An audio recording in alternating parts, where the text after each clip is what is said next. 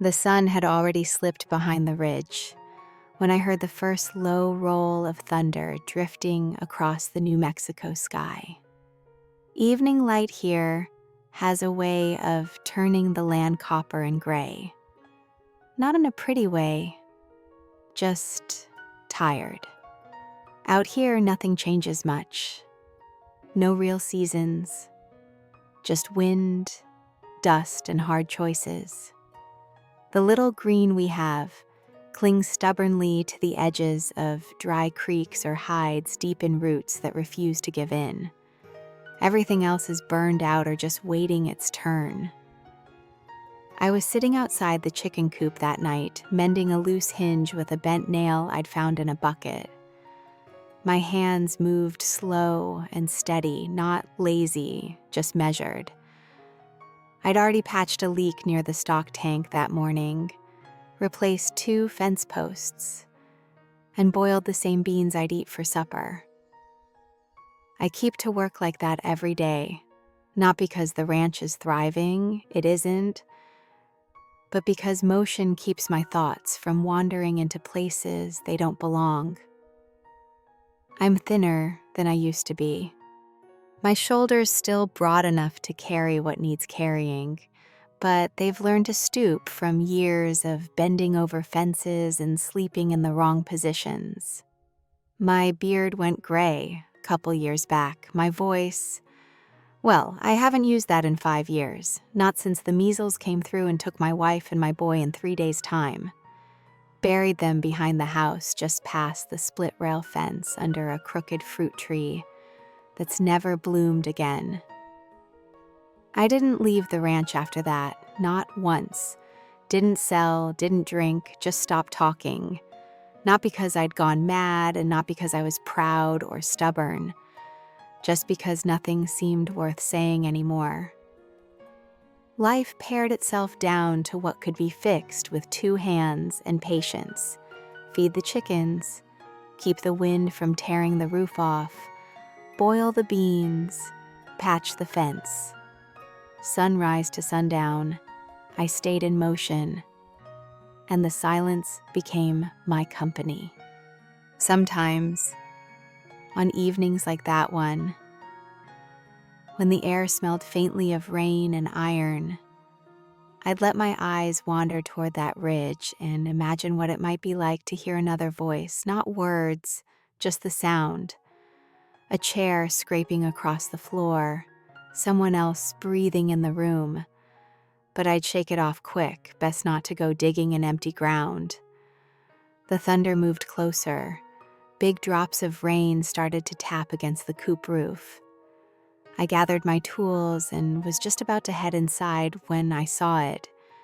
No, her moving out of the heat haze. At first, I thought it was a trick of the light, been known to see shapes out here that aren't real. But she kept coming. She was young 19, maybe 20 slight in frame, like her legs had learned to hold her up but hadn't gotten the hang of keeping her steady. Her dress clung heavy to her, soaked clean through, sleeves torn and hanging long over her wrists. A rope cinched it at the waist. No shoes. Her feet were raw, dust and mud stuck to her ankles. Her hair was long, matte, pulled across her face by the wind. She walked like someone who'd been running for a long time but had run out of run. I stood slowly. My first thought was trouble. Trouble usually comes with men, and men aren't often far behind a girl in that state. My rifle was close enough if I needed it, but I didn't reach for it. I just watched. She reached the gate, leaned against the top rail with one hand, and breathed like the air itself hurt. She didn't cry, didn't fall, just looked at me. Not desperate, not pleading, but steady, like someone who'd already made her choice and was ready to pay for it. "I just need one night," she said. "Please." Her voice was dry as the dirt road behind her, but there was no panic in it. She didn't explain, didn't turn to see if someone was following, didn't give me a name. I studied her eyes, dark, wide, bloodshot from wind and grit, but focused. Her fingers trembled where they held the fence, but her jaw stayed firm. I hesitated. My mind ran quick through what it might mean to let her in. If someone was chasing her, they'd follow. If she was lying, I might be opening myself to something I couldn't fix. But she hadn't begged, and she hadn't lied. She'd just asked. So I unlatched the gate, stepped aside, didn't say a word. She exhaled, quick, almost a flinch, and walked past me without thanks. Without a glance, her steps were careful, like bending hurt. She sat on the porch step, wrapped her arms around herself, and leaned into the post. Her fingers were bleeding thorns, maybe. The sides of her feet were cracked. I went inside, got a folded wool blanket from the chest and a tin cup of warm water, brought them out, and set them in her hands. She took them without speaking, kept them close. Her hand shook harder now. Maybe the temperature change, maybe because she'd stopped moving. We sat like that for near an hour, listening to the rain drum on the tin roof. She kept her eyes on the horizon. I kept mine on the clouds. I didn't know then if she'd stay past the night. Truth is, I didn't even know if I wanted her to, but I remember thinking, for the first time in a long time, that the air didn't feel quite so heavy. If you've been listening this far, you might understand a little of what I mean. Out here, silence can be a companion, but it can also be a weight. That evening, with the rain falling and her steady breathing beside me, I felt it lift just enough to notice. And if you've felt that kind of shift in your own life, if you've had a moment where something small changed everything, I'd like you to like this video, share your thoughts in the comments, and subscribe to the channel. These Wild West stories mean more when they're shared, and I'd be glad to have you ride along for the next one. The rain had started to let up when she reached the porch. I remember the way her boots, no, not boots, bare feet, made a dull sound on the warped boards. The skin split and red where it met the dirt. She didn't ask if she could sit. She didn't even look at me for permission. She just eased herself down onto the top step, wrapped her arms tight around her middle, and leaned against the post, like it might hold her together, her head tilted forward, wet hair sticking in strands to her cheeks. Her dress, if you could call it that, was nothing but a scrap of faded cloth cinched at the waist with a rope torn at the sleeves, and so soaked through that the wind pressed it to her bones. I'd seen worn-down stock in better shape. I stood there a moment, rain sliding cold down my neck, trying to figure if this was the sort of thing a man ignored or answered. My voice hadn't been used in years, but the silence between us wasn't just mine, it was hers too. She wasn't looking to fill it. That, more than anything, made me decide. I stepped inside, took a folded wool blanket from the cedar chest, poured a cup of water from the kettle still warm on the stove, and brought them out to her. I didn't speak, just placed them in her hands. Her fingers closed around the tin cup like she'd been holding on to air too long. She took a slow sip, swallowed, and let out a breath that trembled only at the end. The blanket she pulled close, wrapping it high up around her neck, her knees drawn to her chest under the thin fabric of her dress. The shaking was worse now. Not from fear, I thought, but from finally being still. I lowered myself onto the other step, a good few feet between us. The storm moved overhead, not loud, just steady, like someone drumming on the roof with patient fingers. The door behind me kept swinging open with the wind, so I nudged it shut with my boot. She sat in profile to me, eyes fixed on the far-off hills. The sky beyond them had turned a bruised gray, heavy with more rain, the light fading until the land looked flat and colorless. I didn't ask her where she'd come from. Didn't need to, that kind of where doesn't start in a single day's walk. We stayed like that for near an hour. She didn't ask for more water, and I didn't offer. She didn't thank me, and I didn't need her to. When the light dipped enough that I knew we'd have to get a fire going if we didn't want the cold creeping in, I rose and stepped back into the cabin. She didn't follow until I'd stoked the stove, ladled out a bowl of beans, and set it on the table. She stood just inside the door for a second, the blanket still wrapped around her shoulders, then crossed the room and sat down. She ate the way folks do when they've gone without long enough to forget what it feels like, slow at first, then steady. Each bite measured. I set a piece of yesterday's bread beside the bowl, and she tore it into small pieces, letting them soak in the broth before bringing them to her lips. She didn't look up at me once.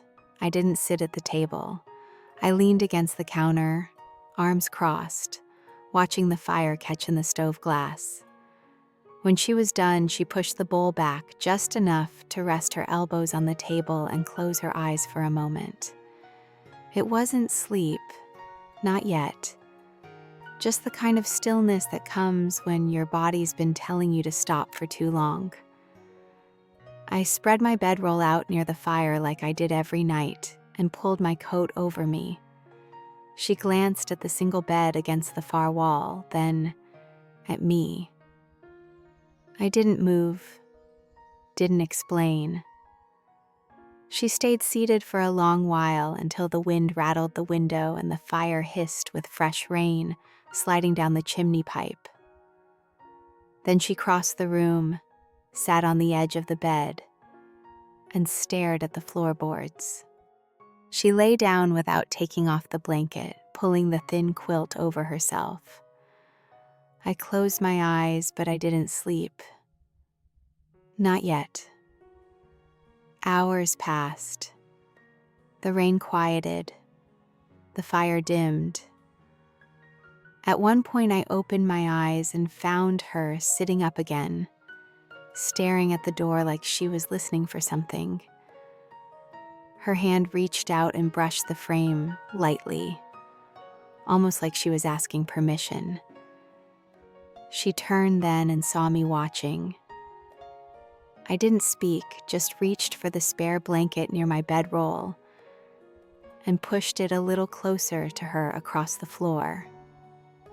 She looked at it, then at me, and seemed to understand. She slipped off the bed and settled near the hearth, tucking the blanket over her legs. I shifted just enough to give her space, and for the first time since she'd stepped through the gate, she looked settled. Not safe, maybe, but not about to run. We both slept, then not deeply, not peacefully, but without the fear of being turned out. And in the soft light from the dying fire, I could hear her breathing steady beside me. For the first time in a long while, there was another heartbeat in my cabin, and I didn't mind the sound. If you like the way this story is unfolding from my side of the fence, I'd ask you to give this video a like, leave your thoughts in the comments, and subscribe to the channel. These Wild West stories are made for folks who understand the weight of silence and the way one stranger's arrival can shift the whole shape of your days. Stick around.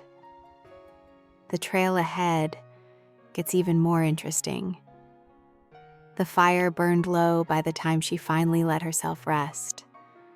The wind outside had lost its teeth, turning to a steady hum in the eaves, and the smell of rain had worked its way into the cabin through the cracks in the boards. I lay on my bedroll, coat pulled over me, boots by the hearth. She was still on the bed across the room, wrapped in that thin quilt like it was a wall between her and the rest of the world. Her eyes were open, though, staring into the dark above her, not blinking much. I knew that kind of wakefulness, the kind that wasn't about noise or comfort, the kind that came from knowing too much of the wrong kind of night. I kept my breathing even, let her think I'd gone to sleep. Sometimes that makes it easier for folks to lay their own guard down. But after a while, she shifted, sat up, and swung her legs over the side of the bed. She moved careful, bare feet, barely whispering on the floorboards. She stood there for a long second, eyes on the door. Then her fingers touched the frame just lightly, like she was testing if it would push back. I didn't speak, just reached out from where I lay and slid the spare blanket a few inches closer across the floor. Her eyes found mine then, a flicker of surprise before settling into something else understanding, maybe. She crossed the room, took the blanket without a word, and settled near the hearth. She folded herself small, knees drawn up, blanket pulled high, her back against the side of my chair. We didn't exchange a sound. The fire cracked soft, a log shifting as the embers swallowed it. My coat didn't keep me all that warm, but I didn't mind. I'd lived colder nights in colder places, and it had been years since anyone else's presence filled this space. Her breathing slowed over time, losing that tightness I'd heard when she first came through the gate. I let my eyes drift closed, though I didn't drop fully into sleep. Out here, you learn to rest in half measures. I could still hear her breathing, steady now, and the small rustle of the blanket when she shifted. It's a strange thing to have another person's rhythms mixing in with your own after so many years of nothing but your own heartbeat for company. It didn't feel like intrusion, it felt necessary. At some point in the night, the fire shrank to little more than a faint orange glow. The air turned cooler, the kind that creeps in slow enough you don't notice until your fingers start to stiffen. I opened my eyes and saw her curled tighter, chin pressed into the blanket, hair falling across her cheek. Her face looked different in the dim light, softer, younger than it had when she stood at the gate. The hard lines along her mouth were eased, like maybe for the first time in days she'd stopped listening for footsteps behind her. I didn't know if she'd stay past the morning. That wasn't a promise either of us had made. I'd opened my door for the night, not for a lifetime. But there was something in me, something I'd long since told myself was gone, that was already bracing against the idea of her leaving. The hours passed in pieces, small stretches of stillness broken by the creak of the roof or the sigh of wind against the siding. A few times I caught myself watching her, noting the way her shoulders rose and fell, the way her hand stayed tucked under her chin, like it had been trained to hide her throat. I wondered who taught her that kind of habit, and the thought sat heavy. When the first gray light pushed through the cracked window above the bed, I was already awake. The fire had burned itself out, and the cabin had gone cold again. She was still there by the hearth, wrapped tight, her head tilted against the chair. Her breathing was deep and even. No panic breaths, no startled jerks, just sleep. I sat up slow, careful not to disturb her. My joints complained as I stood, but I kept to my morning rhythm: water on the stove, stovepipe checked for ash, feed measured for the chickens.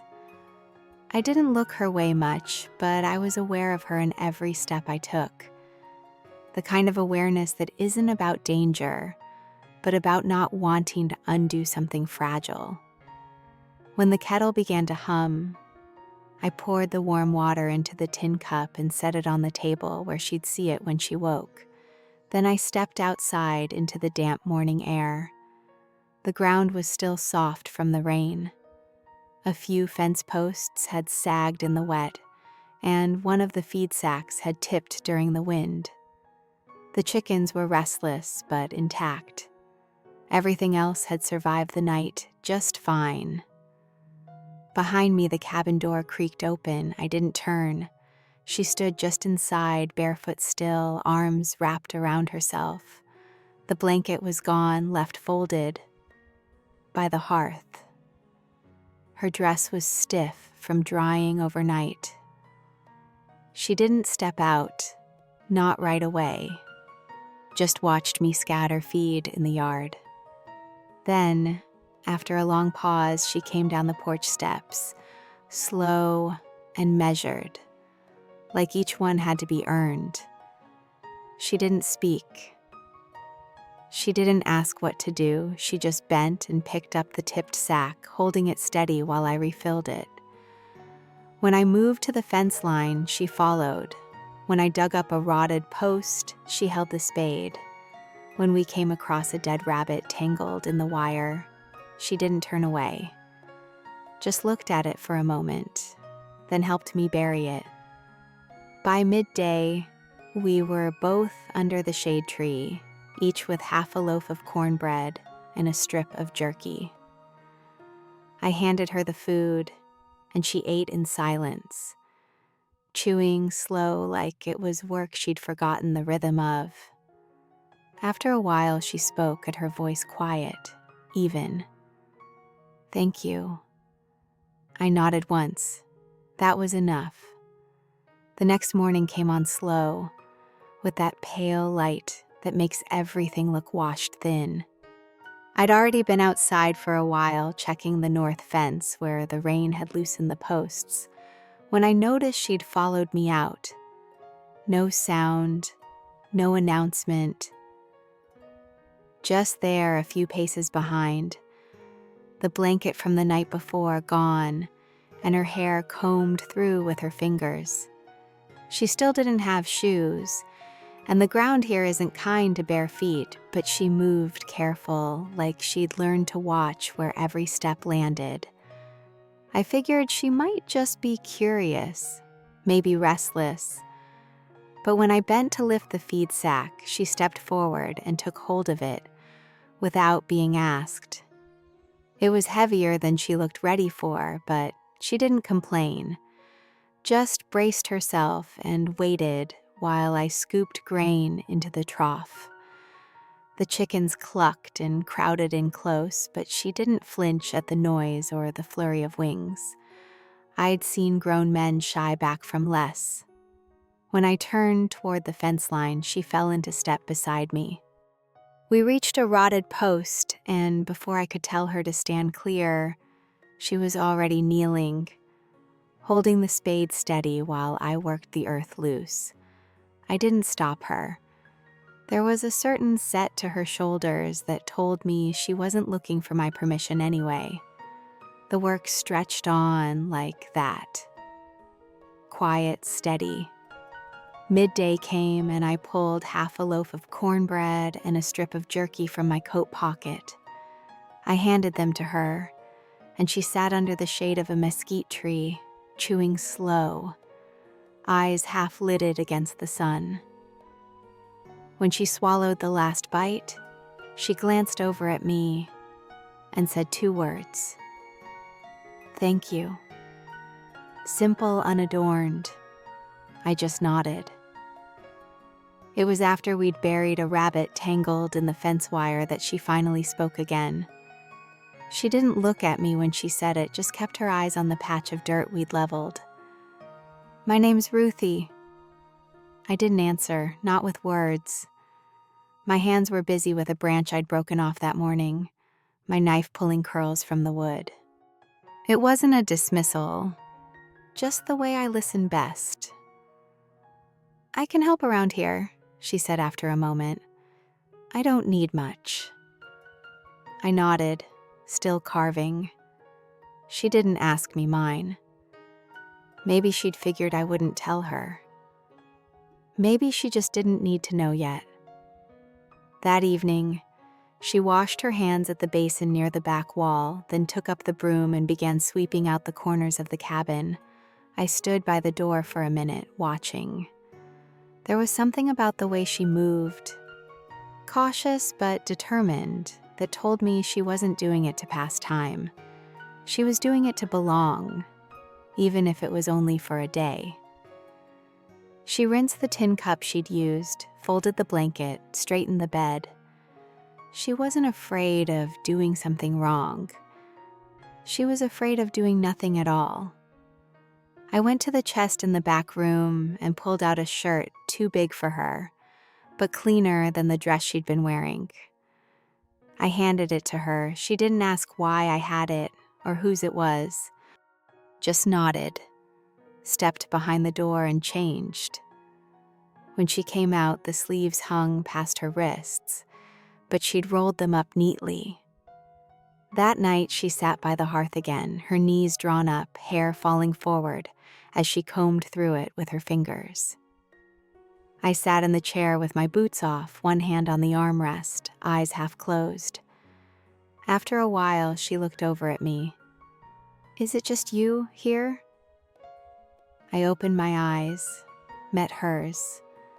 My throat tightened, but I didn't speak. I nodded once. "You don't talk much." I stayed quiet. "I want to ask why," she said. "But people who talk too much usually want something. I've had enough of that." Her voice didn't shake. She was telling me, not asking. I watched her for a long moment, then stood and stoked the fire. She didn't press, didn't need to. She understood something important right then. She wasn't going to be turned out. Not tonight. Maybe not tomorrow either. The silence between us shifted that evening. Not warmer exactly, but settled exactly. We weren't strangers anymore, not completely. I took my place near the window, looking out over the yard, the chicken coop just a dark shape against the moonlit sky. She stayed by the fire, her eyes half lidded, watching the shadows move along the walls. The air in the cabin that night didn't feel like it had for the past 5 years. It didn't feel like a tomb. It felt like something was starting, even if I couldn't name it yet. The days started folding into each other, not in that empty, shapeless way they used to, but with a rhythm I hadn't felt in years. Ruthie moved through the ranch like she'd been here longer than she had, never asking what needed doing, just finding it and doing it. The porch stayed swept. The grain sacks were tied tight. The tools I left out were put back in their place. She didn't try to fill the air with talk, and I didn't feel like I had to. We worked in a silence that wasn't heavy. It was steady, the kind that holds instead of presses. One afternoon, the wind carried sand across the yard, hissing against the windows. I was repairing a loose hinge on the shed door when I noticed her at the window, mending her dress. The sleeves were torn, fabric fraying near the elbow. I'd seen her glance at the sewing tin in the cupboard a couple times, but never take it out. This time she had. Her stitches were small and even, the kind you learn when you've had to make clothes last longer than they should. I went inside and brought her a shirt from the chest. A faded thing, too big for her shoulders, but clean. She didn't ask whose it was. Didn't ask why I had it. Just took it in both hands, nodded once, and stepped behind the door to change. And when she came out, the sleeves were rolled neat above her elbows, and the collar sat open at the throat. She caught me looking and said nothing. That evening, the air turned sharp, a cold edge under the smell of sage. I set wood on the fire and sat back in my chair. Ruthie pulled her knees up on the rug, near enough to the hearth that the light caught in her hair. She'd combed it through with her fingers until it fell loose over her shoulders. Her hands rested around her shins, and for a while she just watched the flames. Then she spoke. "I was 12 when they took my folks," she said, not looking at me. Sickness came through the town. A preacher came by a few days later and took me in. Took a few of us, but I stayed the longest. Did chores, cooked, sewed. He liked things quiet, said it was godly. Her voice stayed even, but I caught the faint tremor in her hand as she shifted. Said talking made girls wicked. Hit when we spoke, harder when we asked questions. I stopped asking real fast. I didn't move. I didn't tell her I was sorry. I've never thought words like that do much, especially when you've heard worse and been told to forget it. Instead, I went to the cupboard and pulled down a small tin box. Inside was a piece of blue gingham cloth patched with older fabric. I set it on the table between us. She frowned, looking from it to me. "What's this?" I glanced at the worn sleeve of her dress. She understood. "Thanks," she said softly, tucking the cloth beside her on the rug. The next day, we worked side by side in the yard. I handed her boards while she held them in place against the shed frame. She was strong in a quiet way, the kind that doesn't need to prove itself. By mid-afternoon, the sun broke through the clouds and the wind eased. I passed her the water canteen, expecting her to take a drink and hand it back, but she lingered, meeting my eyes for a second. "I can do more than sew and sweep," she said. "I've helped with animals, chickens mostly, a mule once. I don't scare easy." I raised an eyebrow. She tilted her head toward the pen. "Go on then," I said with a nod. She stepped inside the coop without hesitation. The hens clucked and shifted, but she didn't shy away. She gathered eggs, checked the feed, and with a small chuckle shooed a lazy hen off her nest. It was the first sound of pure lightness I'd heard from her. I stayed by the door watching, the corners of my mouth pulling in a way I hadn't felt in years. That night, we sat closer to the fire than usual. She was on the rug again, patching another tear in her sleeve. I'd taken up carving a block of wood in my hands, my knife moving without much thought. At one point, she looked up. "What was his name?" My hands stilled. She wasn't pressing, just offering a space for truth. I stared at the fire. then set the half-shaped carving in front of her. It was the rough outline of a horse, nothing fancy. She turned it over in her hands, gentle with it. "Yours?" she asked. I shook my head. "Your boys." I didn't answer, but she read it in my silence. She placed it back in my palm. "I can help with the roof tomorrow," she said quietly. "That corner leaks." I saw it in the storm. I met her eyes. There was something in me then, not grief, not quite peace, but somewhere in between, that I hadn't felt in a long time. I nodded. That was the moment she stopped being just a guest. She was still finding her place, still carrying her past like a shadow, but she wasn't passing through anymore. She'd decided to stay. And I didn't mind that one bit. It's a strange thing realizing you've started to count on someone without ever saying it out loud. With Ruthie, it didn't happen in one moment. It crept in, the way daylight sneaks past a curtain in the early hours. I found myself noticing the smallest things first. The way she rolled her sleeves twice, always the same number of folds before she started a task. How she touched each tool before using it, like she was asking it to work with her instead of for her.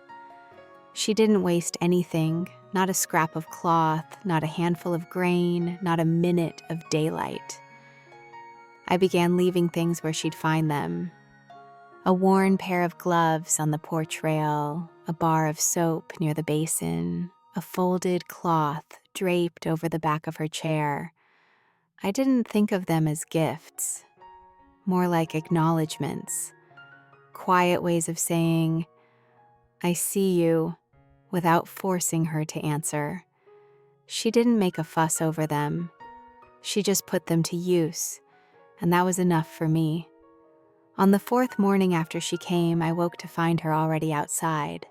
The sky was barely pink over the ridge, and she was sweeping the porch, her hair loose down her back, boots still absent.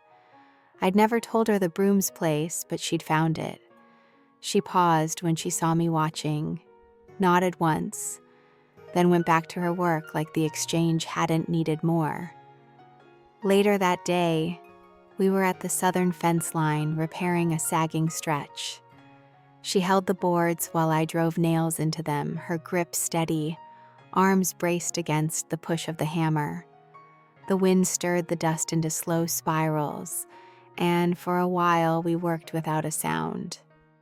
Then she asked, "Do you want me to stay?" I stopped mid-swing, looked at her, really looked. There was a new scab across her knuckle, sun caught in the strands of her hair, a kind of tension in her eyes that didn't belong to someone fishing for reassurance. She wasn't asking because she was afraid I'd say no. She was asking because she needed to know where she stood. I didn't answer with words. Instead, I reached into my pocket and pulled out a small, folded piece of canvas. Inside were a few coins and a short list: salt, flour, nails, a new needle. I handed it to her. She frowned down at it. "You want me to go?" I shook my head. "You want me to go into town for you?" I nodded once. It was a risk, and we both knew it. I hadn't left this ranch in 5 years, and I hadn't sent anyone else either. Town meant people, questions, noise, but I trusted her enough to carry my needs into the world beyond these fences and bring them back without twisting them into something else. She didn't smile. She just folded the canvas and tucked it into her waistband. "I'll go in the morning. Won't be long." That night, the cabin felt different. The air wasn't tense exactly, but there was something in it. Anticipation, maybe. She sat by the window with the list in her lap, memorizing it.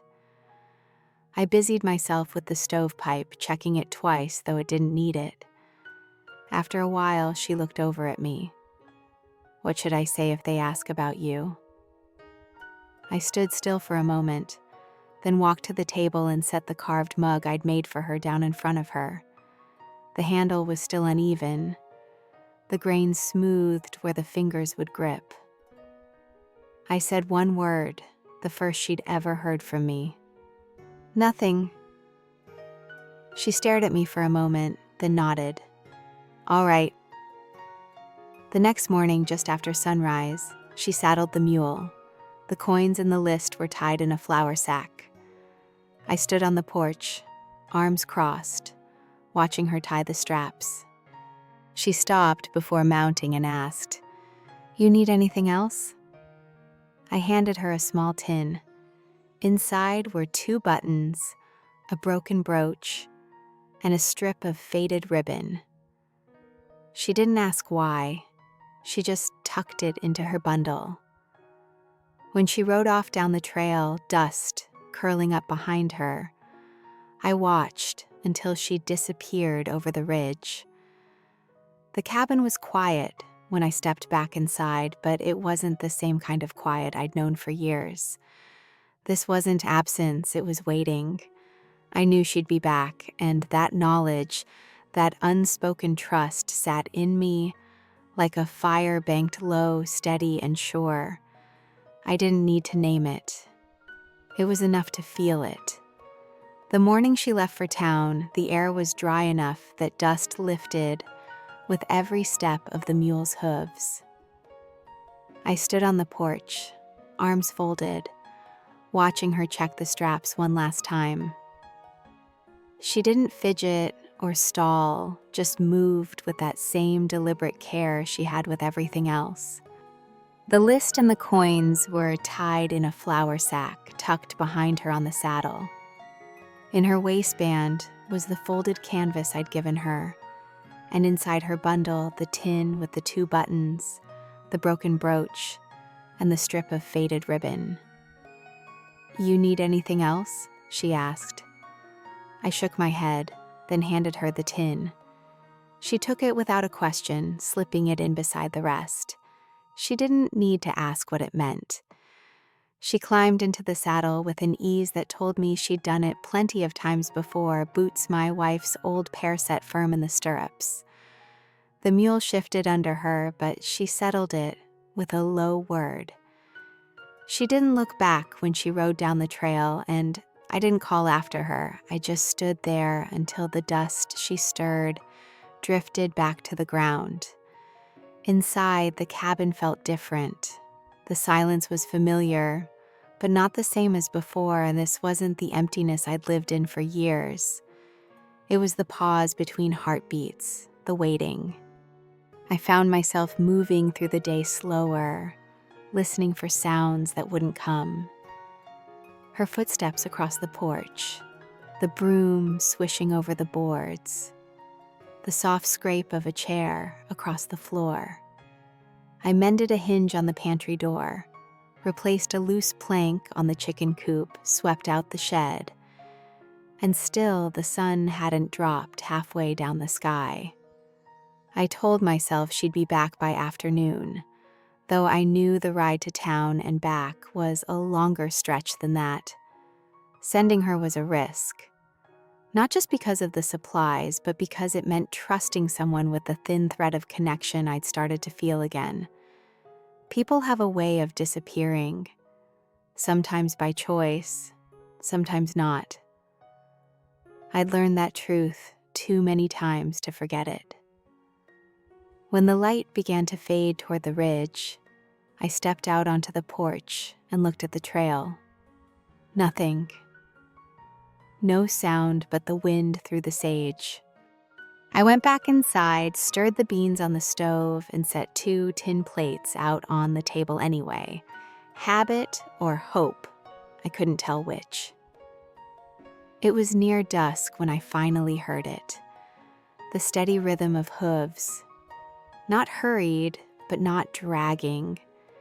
carrying weight that knew its way home. I stepped out before she reached the yard. She didn't slow until the mule was at the hitching post. The sack of supplies was tied down behind her, dust dulling its canvas, and her shoulders were squared in a way that made me pause. She dismounted without a word, set the supplies gently on the porch, then looked at me. Her eyes were sharp, steady, but there was something tight under them. "He's coming," she said. That was all. I didn't ask who. I didn't need to. I could see it in the way her breath came slow, like she was holding the air in place. I stared at her for a long moment, then turned and went inside. She followed without hesitation. I reached up to the shelf above the hearth and pulled down a small cloth-wrapped bundle. Unfolding it on the table, I revealed the single-shot rifle, old but clean. The stock was worn smooth where a hand had rested too many times. I sat at the table and began checking the sights, oiling the lever. She didn't interrupt, just stood there, arms crossed, eyes never leaving the rifle. After a minute, I glanced up. "I'm not running," she said. I nodded. We didn't speak after that. The silence wasn't uncertain, it was agreement. The kind you don't need to dress up with more words. That night, she didn't sit by the hearth or the window. She sat at the table, stitching a tear in the curtain, while I laid the rifle within reach. I don't know if she slept after I banked the fire, but I do know she was up before dawn, sweeping the porch as if the world wasn't about to come knocking. I watched her from the doorway, the rising sun catching in her hair. She caught me looking and gave the smallest nod.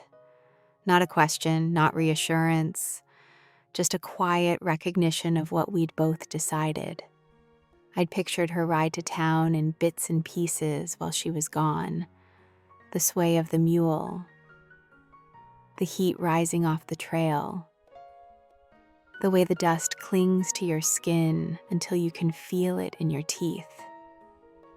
I knew she'd pass the same ridgeline I hadn't crossed in half a decade, the one I'd stopped looking at after my wife and boy were gone. What I didn't picture, what I couldn't have, was the way it must have felt for her to walk back into a place she'd once had to run from. Later, when she told me, it came out in pieces, not all at once. How she had tied the mule outside the general store, brushed the dust from her skirt, and stepped inside like she belonged there. Said the bell over the door rang sharp in the stillness, and a few heads turned before going back to whatever business they had. The storekeeper didn't know her at first. That was a small mercy. She handed him my list without explaining much. He asked if she was from my place, and she told him just enough. "Folks say he don't talk," he'd said. "He does," she told him, "when it matters." I could picture the pause that followed, how a room can go still without anyone saying why. She'd counted out the coins, steady as if she'd done it 100 times before, and was tying the sack to the saddle when she heard the voice. "Well, I'll be damned." She told me later how it froze her, not in fear, but in recognition. How she didn't turn right away because she already knew what she'd see. A man in a brown preacher's coat, tall, thin, face pale under the sun, but red at the edges. Like he'd been walking too long without shade. He smiled when he saw her. The kind of smile that doesn't reach the eyes. "Ruthie Taylor," he'd said, stepping down from a wagon. "Didn't think I'd see you again." She'd kept her hands steady on the strap, not giving him the satisfaction of seeing them shake.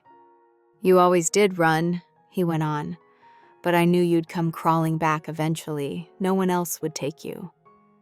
She told me how she'd met his gaze then, flat and certain. "I'm not yours," she'd said. "Not ever again." He'd laughed, quiet and bitter. "You think hiding behind that mute bastard makes you safe? He can't even say your name." She didn't answer, just mounted the mule and kept her eyes on him until the animal turned toward the edge of town. But as she passed, she'd seen it in his face, that possessive glint. Like she wasn't a person, but something misplaced. He'd watched her ride off, and she'd kept her spine straight until the town was behind her. When she told me all this, she left out the part about her heart pounding. I didn't need her to say it. I could see it in the way she stood when she got back still, but tight under the shoulders, like the wind might push her over if she let it. I was outside sharpening a spade when she rode in. She didn't wait to unpack the supplies. Didn't waste a word, just said, "He's coming." I held her eyes for a long moment, no need for questions. I set the spade down and walked inside. She followed. I reached for the cloth-wrapped bundle on the shelf above the hearth, unfolded it, and laid the rifle on the table. Old but kept clean. I checked the sights, worked oil into the lever. She didn't move, just stood there with her arms folded, steady as if she'd been waiting for this since the moment she left. "I'm not running," she said. I nodded once. The rest of the evening passed without another word about it. She sat at the table stitching a tear in the curtain while I kept the rifle within reach. When she banked the fire, she didn't look over her shoulder to see if I was watching. She knew I was. There's a certain kind of silence you share when you both understand the shape of what's coming. It's not fear, not exactly, it's preparation. And it's not yours alone anymore. It belongs to both of you. When I finally lay down that night, the cabin felt smaller, but not in a way I wanted to change. It was as if the walls had drawn in to keep the air warm between us. I knew the preacher would come. I also knew Ruthie had already decided where she'd stand when he did. And for the first time in years, I found myself ready to stand there with someone. 3 mornings after Ruthie came back from town with that warning in her voice, I saw him. Not his face, not yet, just the sign of him. A thin ribbon of dust moving slow across the land, pulled up from the arroyo near the old telegraph line. One rider, not hurrying, not wandering. A man coming because he meant to. I was at the chicken coop, checking the latch, when I spotted it. The air was dry, the sky that flat, pale blue it gets before noon, and in that quiet way she has, Ruthie stepped out onto the porch.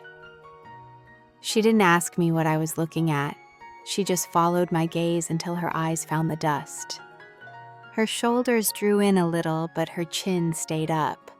She didn't go back inside. She stayed right there beside me. By the time he rode close enough for his shape to sharpen, the sound of hooves was steady, measured. He pulled into the yard like he knew it, like the place was already half his. Tall, narrow-shouldered, coat the color of old bark brown, worn in all the places a man wears it when he travels but never works. His face was pale, the edges red from sunburn, and his eyes went over everything. The fence lines, the coop, the porch. Ruthie. He swung down from the saddle slow, brushed the dust from his coat, and smiled the kind of smile that's got no warmth in it. "Well," he said, looking around, "place looks worse than I expected." Ruthie didn't move, didn't flinch. "You left things messy, girl," he went on, voice light but aimed to dig. No goodbye, no apology, not even a thank you. That's not godly. I stepped down from the porch. My boots settled in the dirt with a weight I knew he could hear. I didn't rush, didn't make a show of it. The rifle was behind the cabin door, but I didn't need it just yet. His eyes slid to me. You the silent one then, Boon?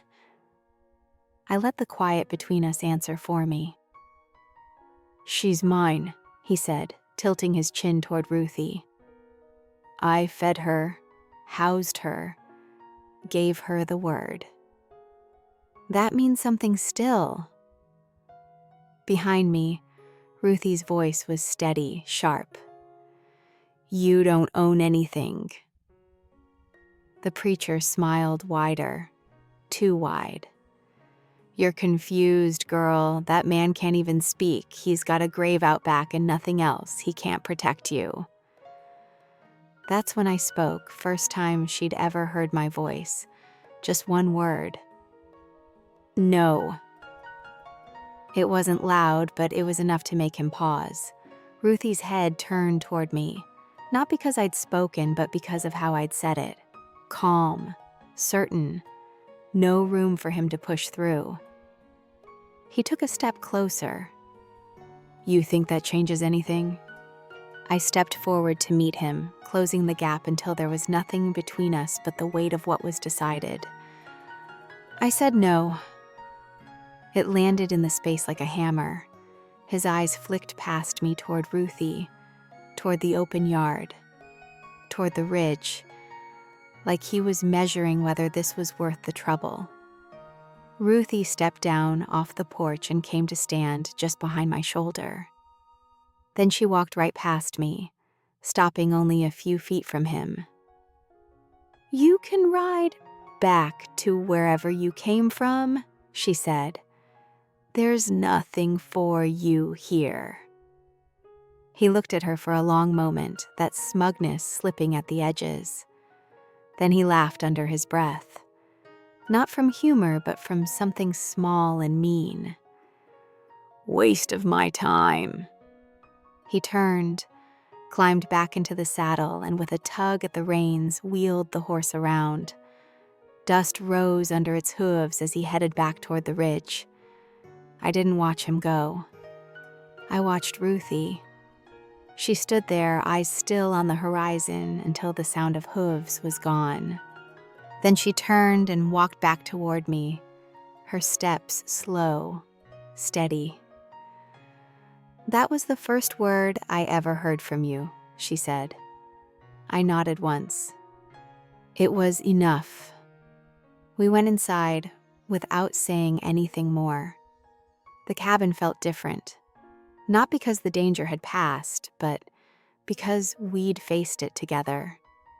She set her sewing kit on the table and began mending a curtain, her needle moving smooth through the fabric.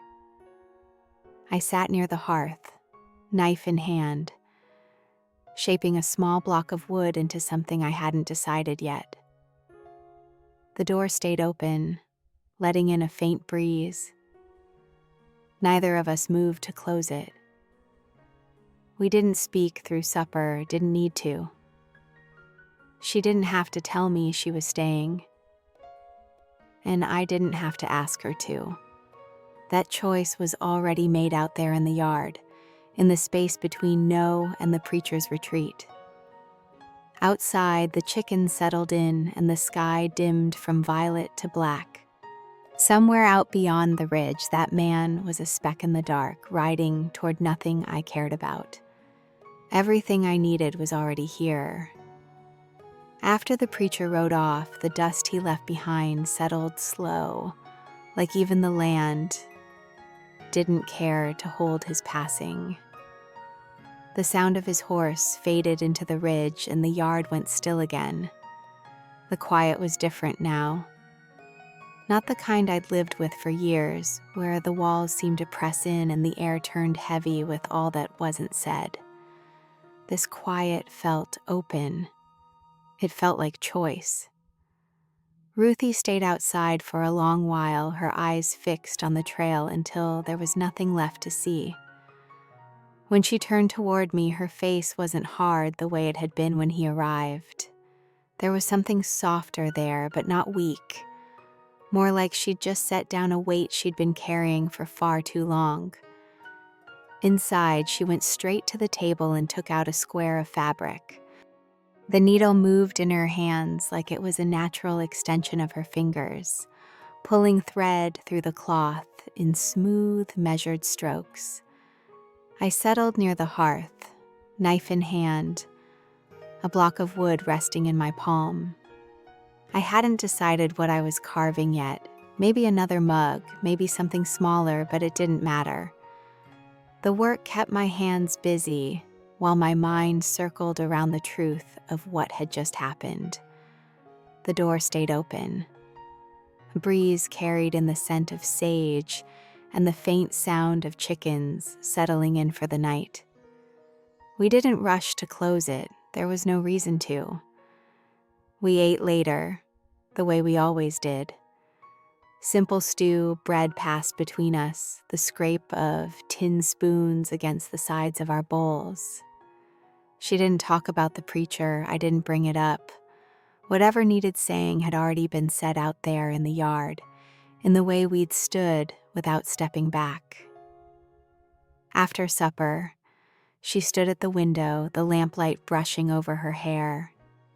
"It doesn't feel like hiding anymore," she said. I looked at her, but she didn't turn. She was speaking more to herself than to me, and that was all right. Some words are meant to be released into the air without needing to be caught. That night, I noticed something I hadn't in years. The cabin didn't feel like it was holding its breath. It felt lived in again. Her boots by the door, the mug I'd carved for her sitting on the shelf, the extra quilt folded at the foot of the bed, little things, but they carried a weight that wasn't heavy. They were reminders that this place was no longer just mine. Days passed, and the routines we'd fallen into didn't just hold, they deepened. She swept the porch in the mornings, fed the chickens, kept the water warm on the stove. I'd find the tools put away without asking, repairs done before I'd even thought to do them. Sometimes we worked side by side, sometimes in different corners of the yard, but always within sight of each other. It's a strange thing to have company after years of choosing not to. I'd thought silence was safety, that distance meant I couldn't lose what I didn't have. But Ruthie showed me something else, that presence could be just as safe and sometimes safer because it steadied you in ways solitude never could. One evening, she was mending a shirt by the fire, and I asked, not with words, but with a small motion of my hand, if she'd hand me the block of wood I'd left on the table. She passed it to me without looking up, like she'd known I'd ask. Little understandings like that started to stitch themselves into the days. We didn't speak of the preacher again, not because it didn't matter, but because it didn't have to. He'd left with nothing, and we'd stayed with everything we needed. That was the whole story. The graves out back never stopped being part of me. My wife, my boy. Those stones are set in the earth, and in me for good. But now there's something beside them. Not a replacement, not a forgetting, just a new thing growing alongside the old. I didn't think that was possible anymore. If there's anything I've learned, it's that a home isn't the walls or the land or the roof that keeps the rain out. It's the person willing to keep the fire going while you're mending the fence. It's the boots by the door that aren't your own. It's the knowledge that when someone comes riding up with the past at their back, you won't be standing there alone. Ruthie didn't arrive here to stay. She came for one night. I let her in because she asked without begging, because something in her eyes said she'd already decided who she was, no matter the cost. And somewhere between that first night and this one, she stopped being a guest. Now, when I wake before dawn and hear her moving quietly through the cabin, there's no part of me waiting for the sound to leave. When I look toward the ridge, I don't think about the years I stayed behind it. I think about the fact that if we needed to cross it, I wouldn't be going alone. I'm not sure I believe in fate, and I've never put much weight in words like redemption. But I know this: the land feels different with her on it, and I do too. The days don't stretch out empty anymore. They fit. They hold. And for the first time in a long while, so do I. So if you've been with me through this story, hearing how one night turned into something that rebuilt more than a home, I'd ask you to take a moment before you leave. Like the video, if it spoke to you. Leave me a comment. Tell me if you've ever had someone walk into your life and stay in a way you didn't expect. And if you haven't yet, subscribe to the channel. I've got more stories from this wild land. Stories about silence, about standing your ground, and about the kind of companionship you choose instead of the kind you're given. Because out here, choice is everything, and I've made mine.